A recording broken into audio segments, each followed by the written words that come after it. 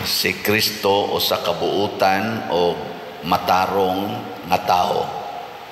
Pero gilutos siya o gipatay dinhis kalibutan, gilansang sa krus.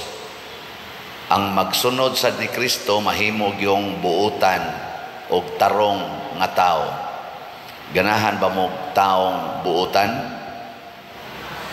Sa may inyong ganahan ka ng taong buutan o salbahis? Kusga. Buutan. Kanang buutan mo tugan ginas tinuod. Ganahan ba mong sultihas tinuod? Di mo masuko? Wala mo tingog. Ang tao nga nagsunod ni Jesus dili gyud mamakak. Muna musulti gyud tinuod. Ang kalibutan masuko gini siya sa mga taong musultis tinuod. Kamong mga ginikanan ug sultihan mo sa inyong anak nga maimpirno mo anang sige ninyo yaw-yaw. Masuko mo o malipay? Ingnon mo sa inyong anak ba kanang sige nimo yaw-yaw ma or pa makapaimpirno ba yan nimo? Kay sala ba yan na? Masuko mo o malipay? Nawa na magtingog ang mga kalibutanon ay. Muna dili sa yun oy. Ang pagsunod ni Kristo, dumtan tas kalibutan, gitag-an na ni Kristo, dumtan mo kaning pagsuroy-suroy sa mga apostoles sa mas gisgutan sa unang pagbasa nga nagsigi sila suroy-suroy. Unsa may ilang gisangyaw? Ang maayong balita. Unsa may maayong balita? Ang kamatuuran nga kitang tanan kinahanglan gyud mosunod sa pagtulunan ni Kristo. Apan ang pagtulunan ni Kristo gisalikway sa mga tao nga nahigugmas kalibutan. O kinsa maning nahigugmas kalibutan, ang nahigugmas iyang kaugalingon. Kining atong kaugalingon, kini bang atong lawas, iya manis kalibutan, maubitang kanon ginis kalibutan, inig kamatay. Lingya imong tupad. Ing na kanon ra kasiyuta. Ing na. Ay pag sige dihag paningkamot nga malagsi ka or mabuhi ka, moabot yung panahon kanon gyud kasiyuta. Ana. Kay iya manis kalibutan. Ang dili iyas kalibutan mao ang atong kalag. Muna ang atong kalag mopadayo na ngadto, pero duna na siya'y atubangon nga husay. Inig-abot na niya atubangan sa Ginoo, nya ibili na ning lawas nato dinhi, mo atubang na ning atong kalag og husay. Ug unsa may tan-awon didto, ang binuhatan sa atong lawas. Muna ingos Kristo, kinahanglan gyud mong mosunod sa inyong master. Nya kun ang inyong master nga mao ako gidumtan o gipatay sa kalibutan, kinahanglang malipay gyud mo nga maliwat sa inyong master. Kinsa ninyo dinhi ang malipay nga patyon isip usa ka martir? Tasan kamo? Gusto gid mong maliwat mo sa yawa, no? Mo na atong problema. Kay ngano man ang atong pagsimba, kasagaran nato dili hinuon tanan, ang atong pagsimba mao ang pagpangayo nga protektahan ta, nga malipay ta, nga secured ta. Sayop kaayo ang atong panglantaw. Muna tigong yung kwarta, sige yung pangural anang mga balay, kay haron secured.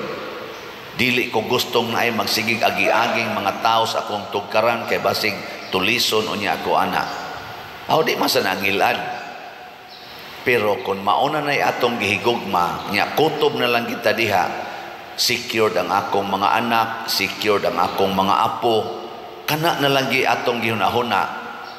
nahimo natang mga tao sa kalibutan. Pero matod pa ni Kristo, gipili ko kamo aron mo adtog langit, mo nang dumtan gid mo sa kalibutan. Bulahan tong mga tao nga magsigi ra gyud og higugma sa mga pag-antos. Gilingay mong tupad ing nahigugma kang mag-antos rong adlaw. Karong adlaw ba mahigugma kang mag-antos? Testingi lang. Bisag karon lang adlaw, adlawng Sabado. Ing na imong kaugalingon, malipay ko nga mag-antos.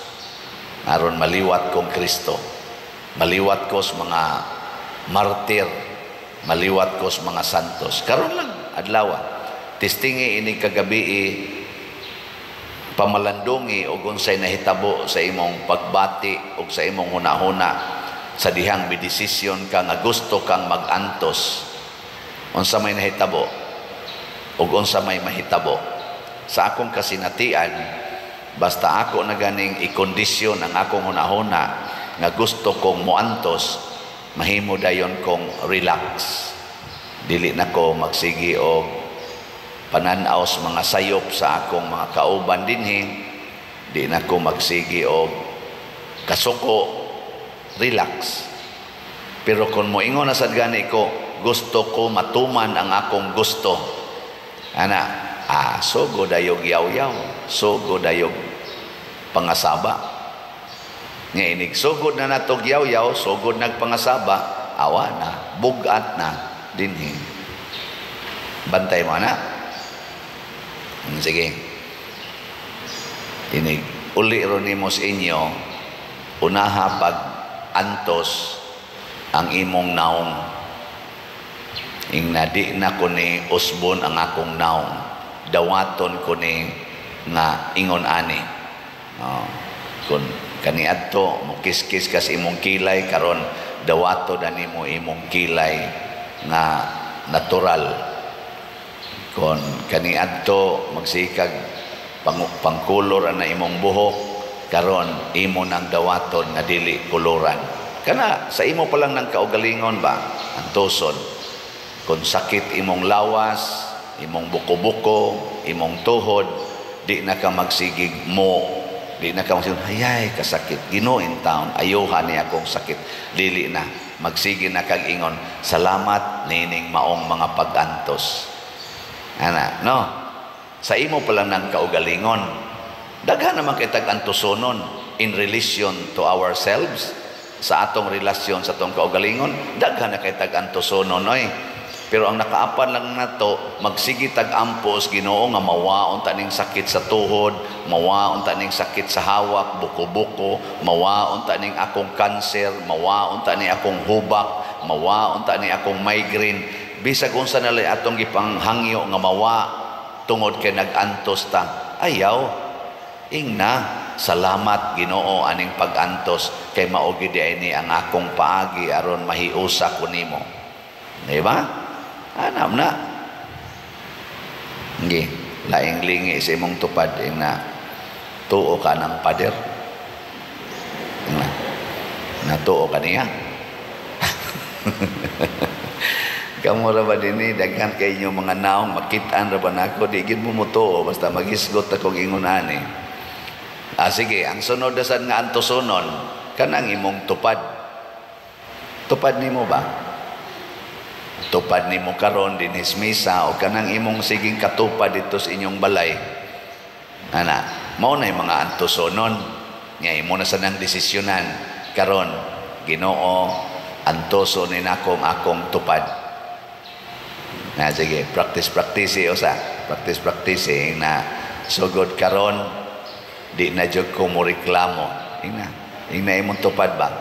Lingiya ba imong tupad na sugod karon din ajud ko mo reklamo. Isulti ba? Wag yun mo sulti. Ay nagyog reklamo. Din hibitaw nato kining atong baligya og slat. Unsa man na siya? Makapatabang nato aron do natay antosonon. Ana bang muantos tag palit og slot 700 raman ni siya kay 500 ang SBF dag unya 200 ang DCHS kaning atong special slot nga tiwasono na kayo. Mo total ranig 700 pero para ninyong mga gagmay kay income labi na gyud kay naglisod na rong panahon dako kining pag-antos ang pagpalit aning 700 pesos. No, tigyong dako kibaw gyud ko ana kay niagi ko sa una nga bisan gani 10 pesos perti lisura igasto kaning kuwang tas kaon nya wala tay hapit pamliti lisod kayo igasto. Pero sa unang panahon bisag ga eskwela ko nga magsud-al ako kasagarag luyag asin o kanang mga suka nga butangag kamatis mao ra ginay akong kasagarang sudan nya maglakaw pagyud ko sa daan kay wanay kapliti pero antos gyud ko hatag og tabang sa akong mga gipang apilan nga mga organizations gani gatukod pa ko sa una og choir o kaning youth group mga 1984 1985 nahimo na tong choir kana gari karon nag-anniversary na mi atong Mayo 1 o ika-39th anniversary sa choir the Streamers Choir nas Guadalupe nag-serve. Nahinumdum ko ba nga sa taliwa sa akong kalisod galisod og kaon galisod pamliti mutabang pagyud ko ngadto sa akong mga organisasyon sa simbahan, organisasyon sa eskwelahan. Nigawas lang to sa akong kasing-kasing kay Legion of Mary man ko gasigi naman sa kuadtog rosaryo ana siging tambong sa meeting ana nakat-on ko ba pero ako kahibaw unsay mahimong bunga gani bugal-bugalan ko usahay sa una ingnon ko sa akong pipila ka mga silingan. So, ang naong ay pobre kaayo, mulakaw pagyog 6 ka kilometro padong sa simbahan aron lang sibtos pare. Kay mo kanta mis choir nga to simbahan 6 ka kilometro among lakaon ikas kahugan aris Guadalupe simbahan nya init pagyog kaistanan kay mulakaw mi tag alaunas hapon alas 12 udto kay para makakanta pa ini ka alas 4 sa hapon. Dili to 6 ka kilometro kay gikan sa amos kahugan kutob simbahan 6 ka kilometro gikan simbahan ngadto sa Langob sa Guadalupe usasad ka kilometro 7 gyud. Nyawa pag yung mga kaon tarong way kwarta kamo gingon ana pa mo sustenir mo alagad di mangge manimba ni ras kilid simbahan baktas gyud ana nyagikan ato 1985 hangtod karon sige gid nang hunahunaan mao na akong gipamalandungan karon sa 60 naman ko mo sa 61 naman ko makaabot pa kurong November 24 nakaingon ko dakuas na hitabo no nga bang unsa man ning nahitabo sa akong kinabuhi kaayuhan o kadautan unsa man say nahatag nako sa katilingban kaayuhan kadautan mao nay gihibo di ko moingon nga equal kay gamay ra man kani akong nabuhat mao nay nahimo ni Kristo og sa unang mga apostoles sa ilang mga pag-antos, sa ilang pagdesisyon nga bisan pag nag-antos mo alagad lang gyapon, bisan pag gidaog-daog, gilotos, gisaway. Sige lang sila padayon ang nahatag nila sa kalibutan, kaayuhan, kaluwasan. Karon bitaw, naamang gyapon magsigsaway nako. Basahon lang na inyong social media, nganlan magay ko giyawa. Sama sa di Kristos una ginganlan sa giyawa ilingay mong tupad ing na malipay ra kag nganla giyawa malipay ka nya i-post pagyud ka sa social media ako lipay ra gyud ko kay ngano man yawan on baya sa gyud ko maingon baya ko may sadaka na kahibaon ni siya Pero bisag yawanon sama ni Timoteo, matawag man to siya yawanon sa ilang panahon, gituli siya ni San Pablo. Kay kana magong tuli sa una circumcision, mauna ang pagbag-o sa imong pagkatao. Mauna ilang kuan sa una, timaan nga nagbag-o na ka ni sunod na kas Ginoo. Bisag yawanon ta karon, gikan gahapon hangtod karon, pwede tang mo desisyon gikan karon na mosunod na tas Ginoo. Kay ang tinuod nga yawanon kanang magsigig kasuko sa mga taong yawanon. Ang tinuod nga Diosnon kanang magsigig pasaylo sa mga taong yawanon. Nakuha mo sa akong gisulti? Akong usbon ha?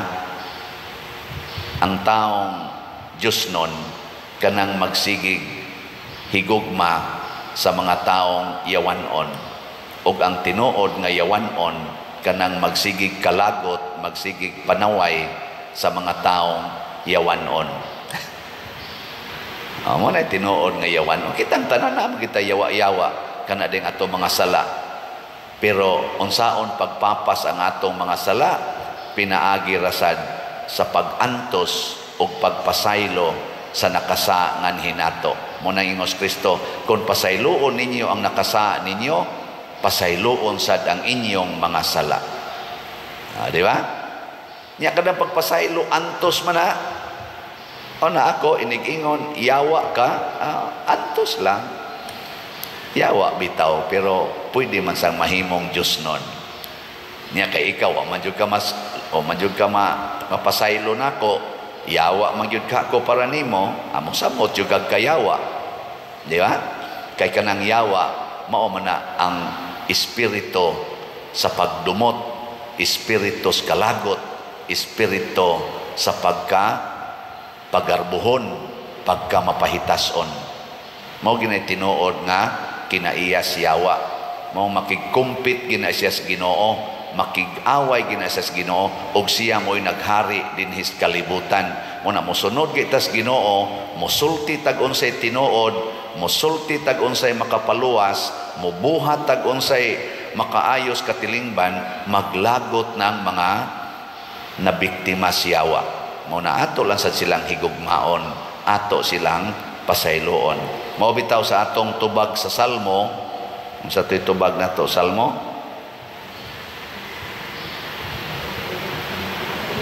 limot na. Ang tibuok yuta magsinggit unta sa kasadya ngadto sa Dios.